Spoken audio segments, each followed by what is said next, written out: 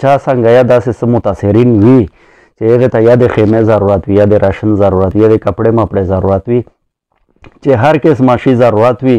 میږ خپل رینج ته ګوري خپل بجټ ته ګوري خپل واس توفیق ته ګوري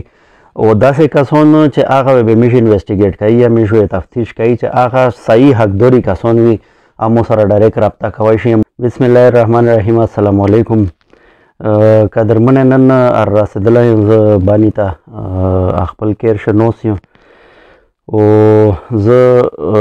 مناسبه مې وګڼله چې دغه څومره مو یوه میاشت مسافره وړینې سره تېره کړله نو د دې فردن شکریا ادا کول مو د پوره حق و چې مو فردن د دې شکریا ادا کړې وه خو بیا چونکې مو دا وشمېرله چې کیدای شي مو نه داسې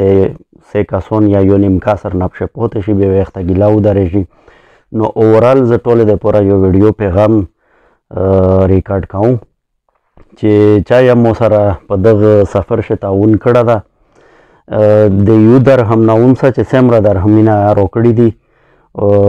الله پاک ته هغې ته جزای خیر ورکړو. زه د هغې د زړه د تل نه شکرګزار یم او هغه خلکو چې چا زړه غوښتل خو واس یې نه لاره ورو یې نه کړل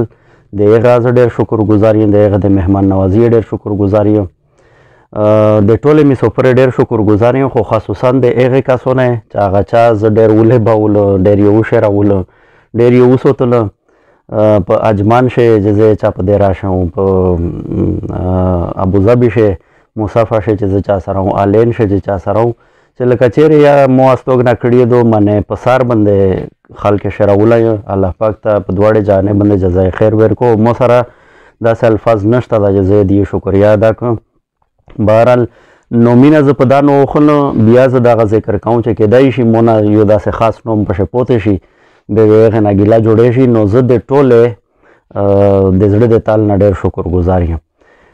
دومه دا خبره چې زه راغلو دلې پاکستان ته نن مازدیګر ملې زه کیر تر ورسېدلم مازدیګر لمونځ مې وکړو هغې نه بعد مې وټساپ چې مشکیم ګروپ ته پاشه مې اناونسمنټ وکړو چې ټول حاضري ولګوي مو څه مشوره ده او مشوره دغه دو چې کوم د بارونې متاثرین دي کوم سیلاب متاثرین دي په باندې شی هغې دپاره چې موږ څه نه څه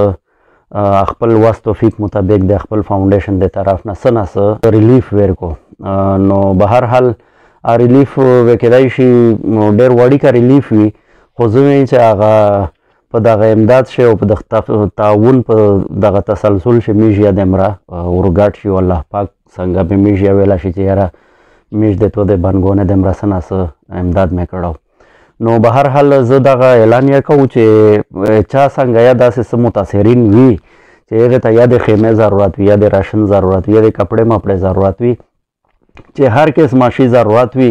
موږ خپل رینج ته ګوري خپل بجټ ته ګوري خپل واس توفیق ته ګوري او داسې کسان چې هغه به موږ انویسټیګیټ کوي یا موږ تفتیش کوي چې هغه صحیح حقداري کسان وي مو سره ډایرکټ رابطه کوی شي. مو نمبر په سکرین باندې ته چلی شي